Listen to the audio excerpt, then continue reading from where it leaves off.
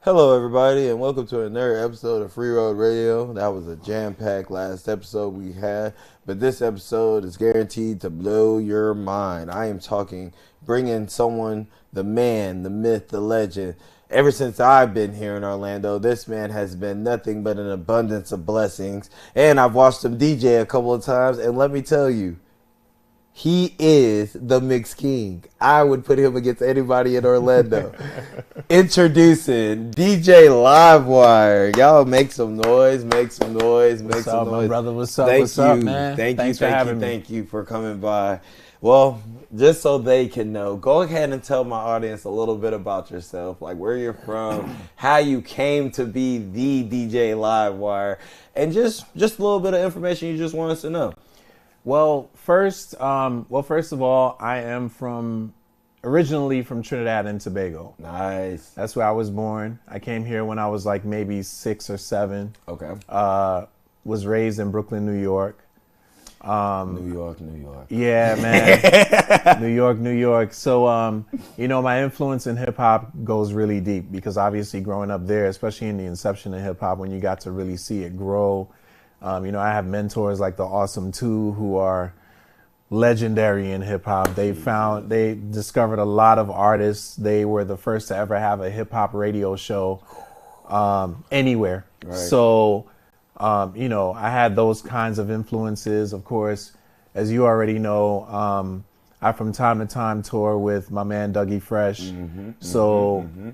There's that. I've worked with artists like Rampage the Last Boy Scout, Kool Kim from the UMCs, Chubb Rock, a lot of old school artists that are still out there doing their thing, man. Nice. I've been blessed. I mean, I'm really happy with how things turned out. I'm also a military vet. Say who to that. Cool. Yeah.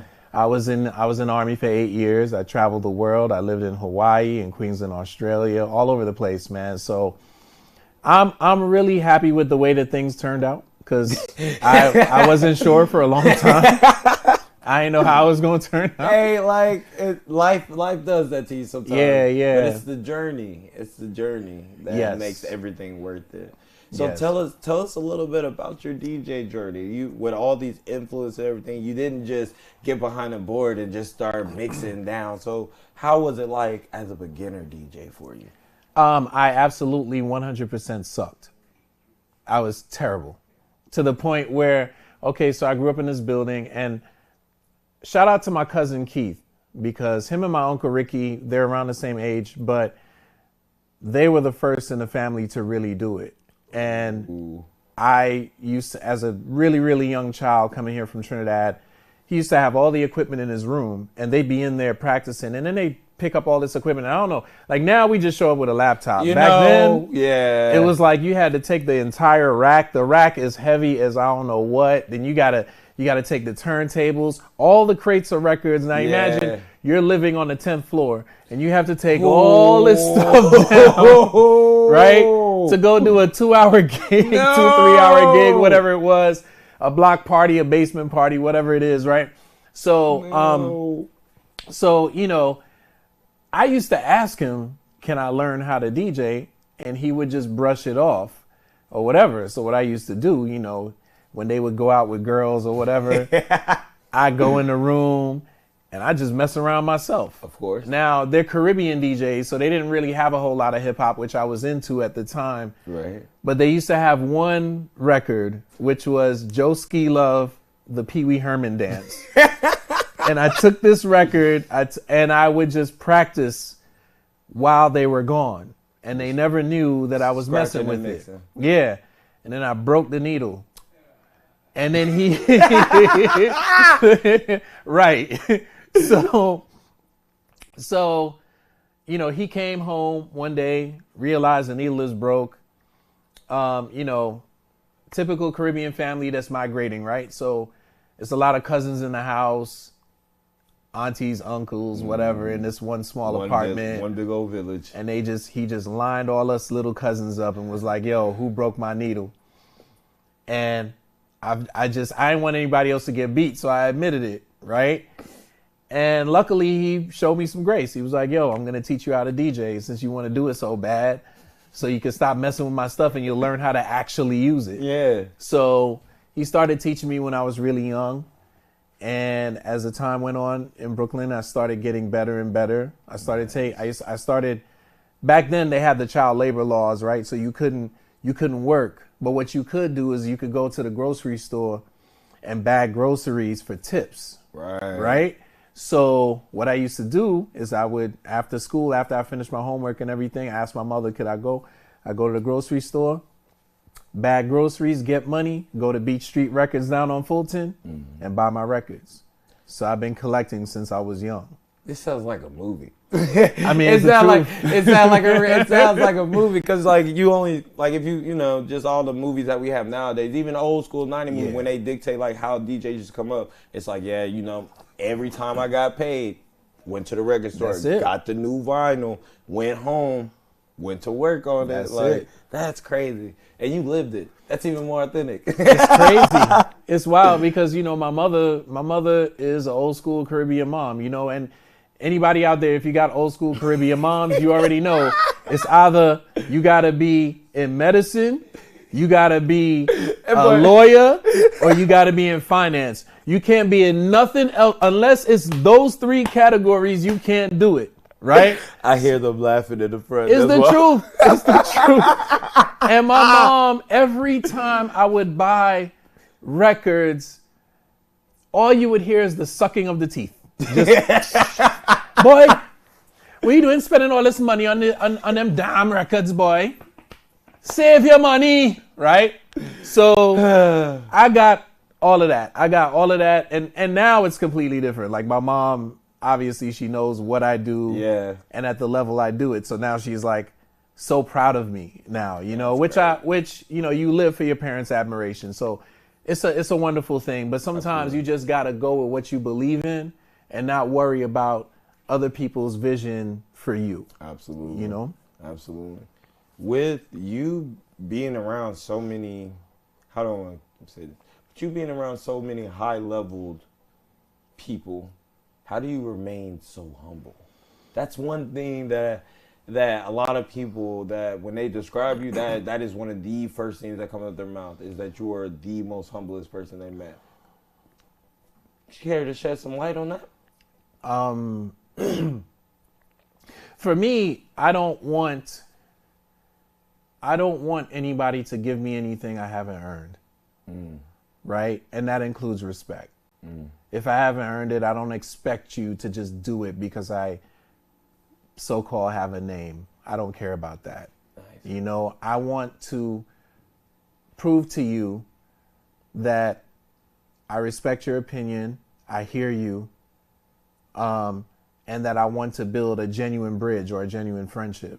I don't expect you to just be like, oh, well, he does this and he does that, so I got to be cool with him. No, I want to earn that from you. Absolutely. And so for me, like when I'm around people, especially when I meet celebrities, to be honest with you, I'm mad uncomfortable when I meet celebrities because I didn't grow up that way to be like in people's faces and like, I just didn't grow up that way. I grew up in a way where if you want respect, you got to earn it. So I don't really look at it like that. But luckily for me, I always end up around good people. Nice. Good people with good energy, because I do believe that energy is what really keeps you grounded when you deal with people. Absolutely. You know what I'm saying? Like, and I'm also the type of person when the energy is bad, I'm like, hey, I'll see y'all later.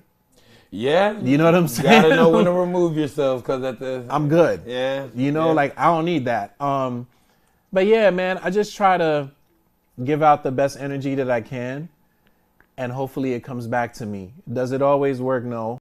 But that's okay. That's God's way of telling me I don't need to be here. I can respect that. So we're going to do a complete 180. Yeah. Going back to your past with the crates and the vinyls and everything. With you being an old school DJ, and as we know, DJing today has just expanded tenfold.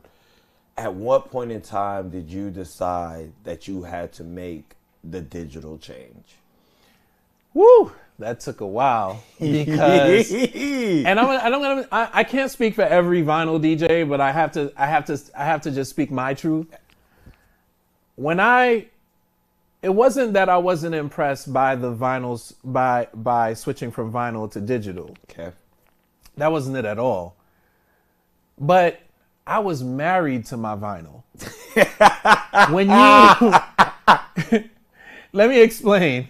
Please explain. When you invest so much in that relationship with that vinyl, it's hard to leave. I can like you done put in, just imagine this vinyl is your wife. You done put in money, time, you done put your hands on it quite a few times. Yeah. You know what I'm saying? Yeah. You are connected to that. You even remember where y'all met. You remember where you bought that record. You know what I'm saying? This is like where you bought it. Genuine, like yes. Like even when you in a party and you like, how these people not fit? I need to show this woman off, and you play that record regardless if they ever heard it or not. You feel what I'm saying? Like this is your wife. So going to digital was like, you kind of almost felt like you're leaving her.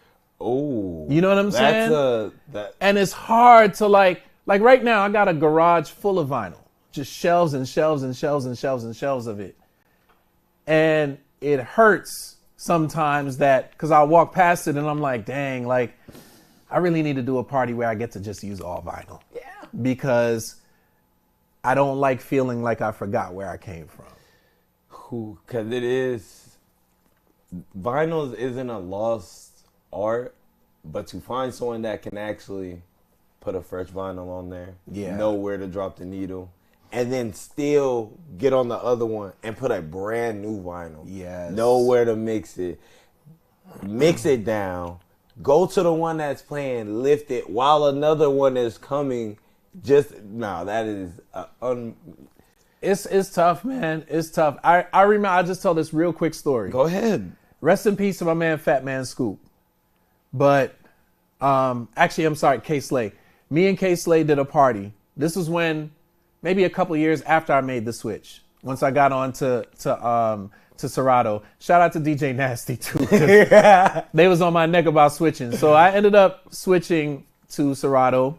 Got myself a Mac. Whatever. I was getting used to it. And I was like, man, I'm loving this. Like, no more carrying crates. I'm enjoying this. This is like back in the day. So I had this party to do with DJ K Slay. Rest in peace. So Slay flew in. He had crates of records. This is like 2007, maybe 2006 or 7. Mm-hmm. So K Slay flies in. He has all the Now we're having this conversation. The club hasn't opened yet. We're in the green room and we're having this conversation about vinyl and DJ. Ooh. And I don't know, he kind of tried to play me a little bit because I don't think he understood that I came from vinyl. So he was just like, man, all that Serato and all that's trash, blah, blah, blah, blah, So I'm like, yo, honestly, man, like, I don't miss carrying crates. I really don't. Like, I'm just going to keep it real with you. At all. I'm enjoying this a lot. I didn't know I would enjoy it this much. You know what I'm saying? So anyways, the party starts. I open for Slay. I'm doing my thing. Party's lit, crowded, everything's going crazy. Mm-hmm. So K Slay gets on. He goes to analog. He starts putting on a record. Well, as you know, everything is now. I'm sorry, that's me. Is he? This thing is going on. I was like, wait, as you know, that me? I put it on silent, but I'm sitting on it, so now it's gonna make noise. So anyways, so he goes to analog. He puts the first record on. Now, as you know, now we're in the digital age. They don't make booths to handle the vibration for vinyl anymore, right? So he puts it on. It's all kinds of feedback. The needle is skipping because the bass bottoms are right underneath the booth. Bumping the table. And it's boom, boom, boom, boom, boom. And he's on top of that. They also don't make booths so that you could search for vinyl anymore. So now he has a mini flashlight in his mouth and he's looking through the crates trying to find the next record. He working hard. I mean, hard. He gets maybe 4 or 5 songs in. He turns to me. He goes, Live, nah, you got to take over. I can't get anything done. So I was like, all right, cool. I said, well, yo, how about this?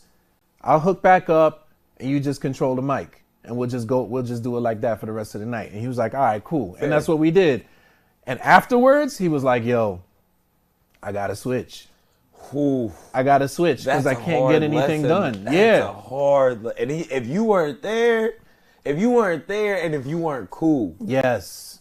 Oh, yes. man. Because it was crazy. Now, I'll get back on if the DJ asks me to. Absolutely.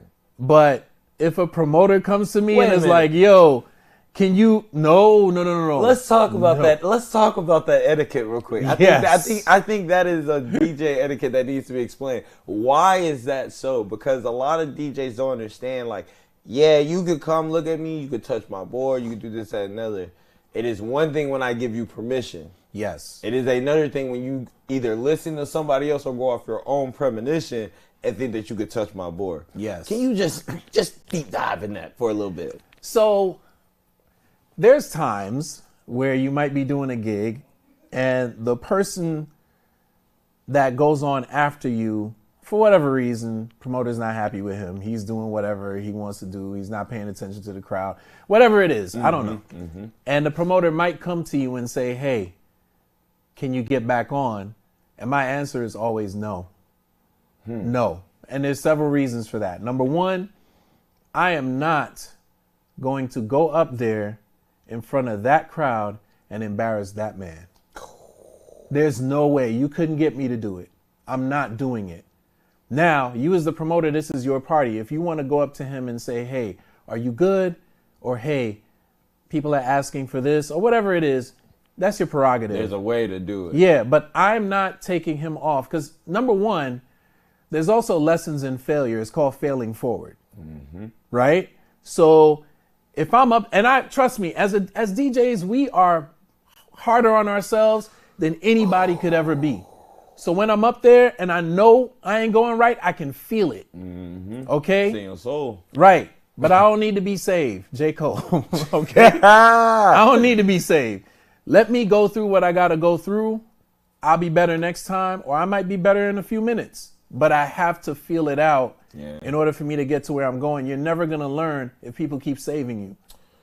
You know what I'm saying? And that's the clip. That's the clip right there that's going to circulate Instagram. Right there. Yeah, because a lot of DJs don't understand. They can, you can get all the gigs in the world. You can do this, that, and another. But until you start failing while DJing, yes, that's when you start really getting them big steps. Because like, you comfortable DJing, that mean you good, you whatever.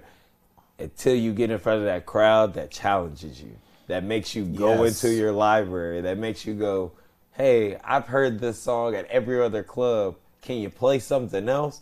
And now you got to really like... Yes. Ooh. Yes. Speaking of, what is your all-time favorite banger to play at a party? Ooh. Okay, so I've been around since the beginning. So for me, out of all the years that I've been doing this, to me, nothing ever hits like BBD Poison. Nothing. Like, I can play that for any crowd, any age, anywhere, white people, black people, whatever. Yeah. And they will always sing it and they will always rock to it, no matter what. Yeah. You know what I mean? Yeah. And I know that power, so I don't use that power very often. I will wait until I need that power and then I will use it. But outside of that, like, I really do feel like that song is just like, I don't know what it is. People hear it, that dun dun dun dun dun dun dun, dun, and just people just lose it. They lose it. You know? So, yeah. Next question. What is your favorite genre of music to mix in? Of course, hip hop. Yeah, but yeah. there's different sections.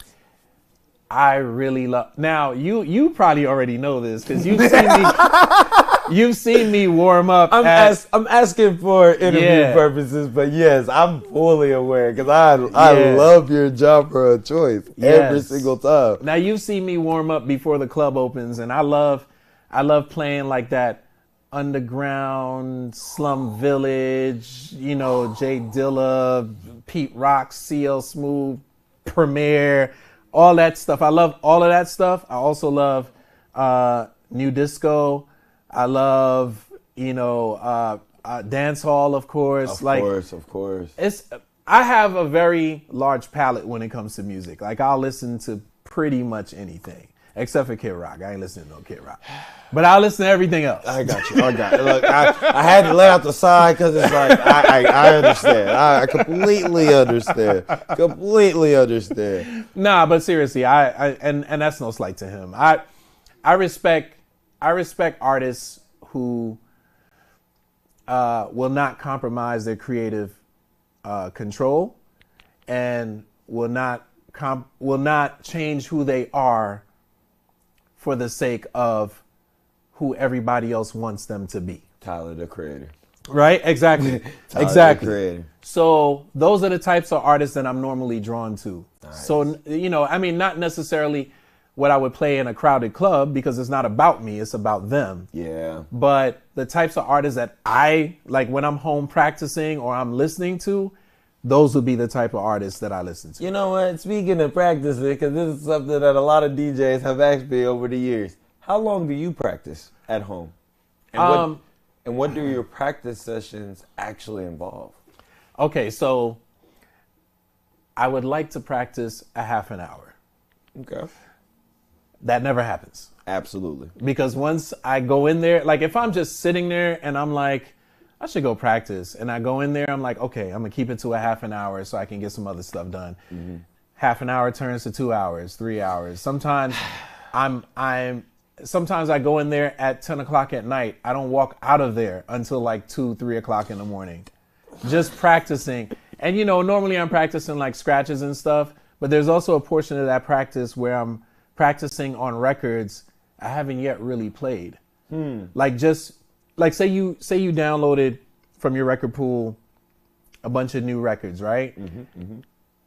You test it, like you listen to it before you download it, and you're like, okay, this might work in a club or whatever, but you haven't really played it or practiced on it yet. Absolutely. So a lot of times I'll take a portion of that and I'll just practice on new records to see what else I can make them work with, so that when I'm in the club, I'll be more prepared, as opposed to somebody asking me to play it and I have no idea where the posts are. And marked up. Yeah, like nothing. Smart. Okay. Okay. So I do that at home too. If you could give young DJs a tip, especially young DJs that are maybe just bought their first board, or maybe they did just get that first big event, what's something you would tell them? Well, really, it would be two things. Number one, your heart is going to tell you where to go. Because I think sometimes you get so nervous and you got so many people coming at you all at once trying to tell you what the party needs. Mm-hmm. I'm not telling you don't take some of those things into consideration, because everybody is not always wrong. What I'm saying is your heart will tell you who is right. And sometimes that person is you. Okay, sometimes it's you. Sometimes you're the person that's right. I don't know how many times this has happened to you, but how many times have you been playing a party and you start to realize the energy's coming down a little bit and you choose a record, and then a person walks up to you and is like, yo, can you play this? And that's the record you just put on the screen. Absolutely. That's happened like a couple of times. It's just like, I need something to go up. And then literally somebody be like, hey, you got that one song? And then I'll just point at the screen. And they're just like, yo. And they'll just start, they'll do the crazy, like, and if it's really one of them parties, oh, you want a shot? No, yes. I'm good, bro. Yes. You drop it and the whole club just start going crazy. That's it. And see, now in that instance, he was right. So are you, right? Sometimes I think, and this is the other thing. I said two things. This is the other thing.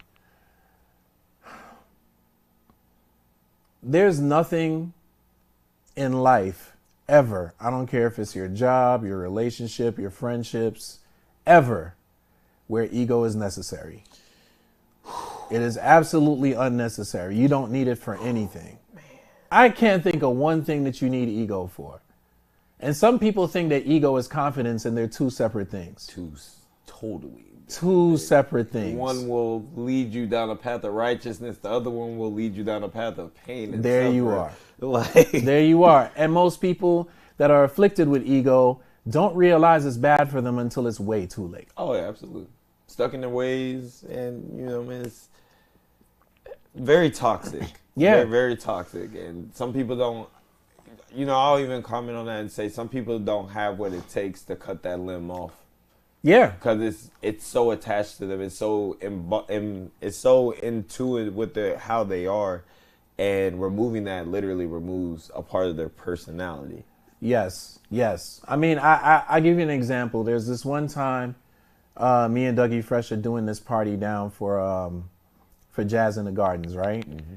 And it's crowded. It's just a ton of people, just crowded. You can see just a sea of people, and he's performing and he's doing his thing, and he starts to get that feeling like, yo, I don't think this is going the way that I wanted to, and I'm not really sure why. So he's rocking, they're rocking. He comes to the back of the booth. He's like, yo, let me follow you for about 5 minutes. I need to figure this out. So I figure I'm in South Florida, right? Huge Caribbean population. So I just start playing soca. The whole crowd just goes crazy. Yeah. So now I'm in Caribbean mode. So I'm playing. So he's hyping the crowd and all that stuff. So he kind of steps back again and he says to me, he's like, yo, I'm following you the rest of the way.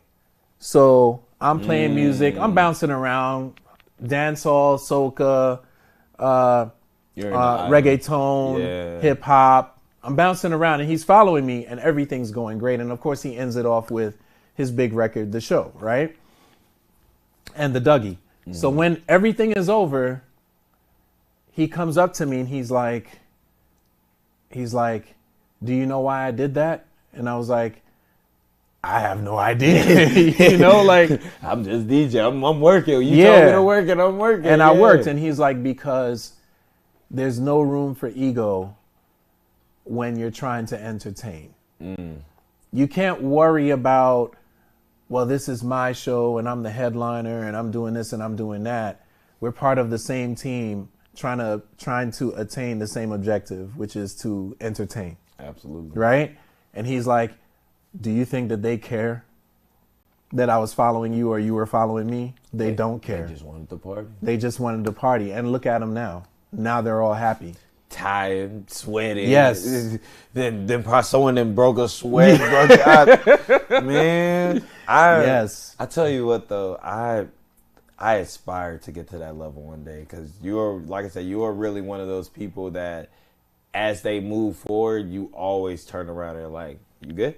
You good? Yes. You good? And that's something I aspire to. You're actually the reason why, well, I won't say the full reason. You're part of the reason why I do what I do, like at Free Road Radio and Free Road General. It's like, cause I don't know. It's just like when I came here to the city, I knew nobody. I didn't have any connections or anybody. You were one of the first like real big DJs I met. And my past experience with big DJs or DJs that have a name is just horrible. Like it's same. Yeah. So, coming to Florida, coming to Orlando and, just seeing the music scene and then y'all introduced me to everybody. Yeah, that was different. Yeah. That was different. And, I say, once again, thank you once again, because you probably saved me from like not being done with DJing. Yes. But before we go, pretty sure you heard on the last episode, but it's time for DJ Red Table's wild question of the day. I might be ready. Might be. Oh, I have one for you. Okay. There is a cartoon character. Okay. And he wants to take you to DJ the biggest bash in the multiverse. Okay. Who is this cartoon character? Why did you choose them? And where do you go? I'm going to Thundera. Lionel, Lord of the Thundercats, asked me to DJ. I'm going to Thundera. First of all, Chitara fine. So we just gonna start there. You know what I'm saying? Panther Black. I know he gray. but I know he black. Yo, Okay? This is the realest answer ever. Just keep going. You know what I'm saying? And you know, Lionel just that cool dude, man. I'm not arguing with you at all. He's just that cool dude. I knew asking you was the right reason. He's just that cool dude. You know what I'm saying? But if I had to, it'd be there. Now, I also wouldn't be mad if Michelangelo from the Turtles asked me too. I wouldn't be mad, but I ain't DJing in no sewer, bro. I'm not going down there. I'm not going down there. But I'll go to, you know. You know, that is hilarious. All right, I was not expecting that. I'm not gonna lie to you. That is how you. Yes. Last thing I will ask you to do is please give your shout outs to the Free World Nation, the Free World, whoever you would like to give a shout out to. I want to give a shout out to all my people over at 104.5 The Beat. You know, starting with my man Kelly V, my man Cam, G Wiz, also my guy Jeremy. We go to all the Knicks games together. He's my big boss. He also runs XL and all the other stations there. But nice. Shout out to Jeremy. I also want to shout out my mama. I love my mama. Shout out my brother, my girl, everybody. Just shout out everybody. You guys are wonderful. You guys are the reason why I became what I became. And yeah, I mean that's pretty much where I'm at with it.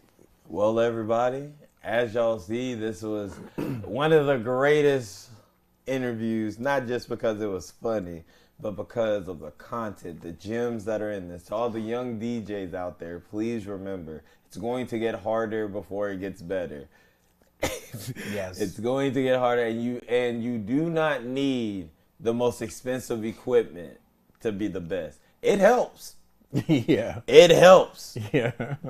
But if you can't afford it, do not go broke trying to be the best. Just practice, practice, practice, and I guarantee you one day you will end up in this position, if not further.